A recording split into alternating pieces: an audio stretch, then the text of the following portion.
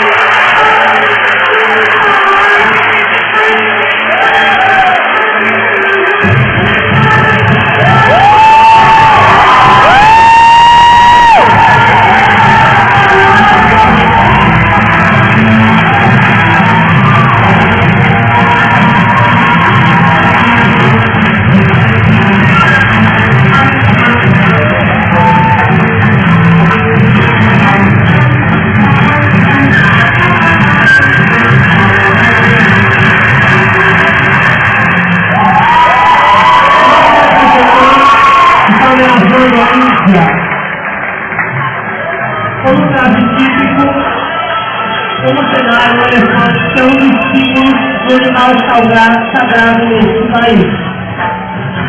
Todo confeccionado em pedra